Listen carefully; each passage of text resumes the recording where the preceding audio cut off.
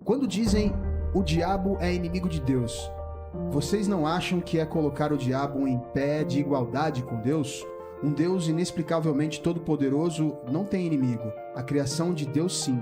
A impressão é que Deus precisa se esgotar para vencer o diabo.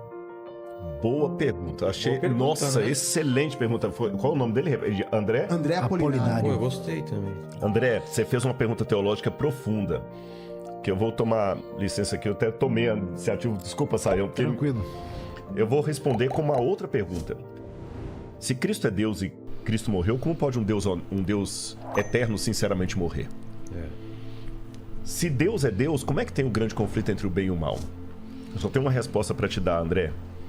Deus vai parecer heresia no primeiro momento, mas ouça até o final, você vai entender. Deus não luta com o diabo com os poderes de Deus. Porque se Deus lutasse com o diabo como Deus, não teria luta. Teria massacre. O próprio fato de ter um grande conflito entre o bem e o mal significa que Deus não luta com as armas de Deus. Ele luta com o caráter de Deus.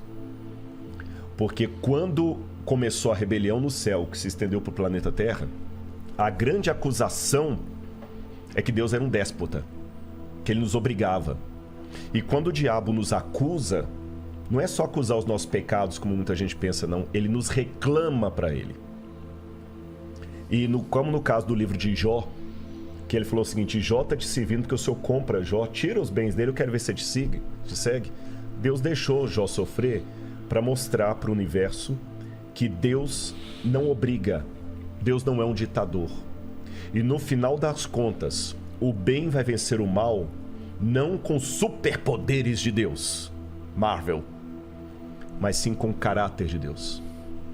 Porque Jesus, por exemplo, venceu o mal quando ele estava mais fragilizado, na cruz do Calvário. E tem um texto, André, que você deve depois procurar a Bíblia para ler, Filipenses 2, verso 5, que para mim é uma das teologias, lembra que eu falei de cristologia, uma das mais bonitas, que é a teologia do esvaziamento. Paulo fala o seguinte: tenham em vocês o mesmo sentimento que houve também em Cristo Jesus. Porque ele, vivendo na forma de Deus, não ficou agarrado ao fato de ser Deus. Pelo contrário, a si mesmo ele se esvaziou. Aí no grego tem uma palavra que é gnosis, assumindo a forma de servo, vindo viver entre nós, e como servo tendo morte e morte de cruz. Aí o texto continua dizendo: por isso o Pai o exaltou sobremaneira, e lhe deu um nome que está acima de todo nome. Quando eu li isso a primeira vez, eu falei assim: peraí, parece que os testemunhos de Jeová tem um ponto aqui, porque se Jesus é Deus, por que o Pai tem que dar um nome para ele acima de todo nome se ele já tem?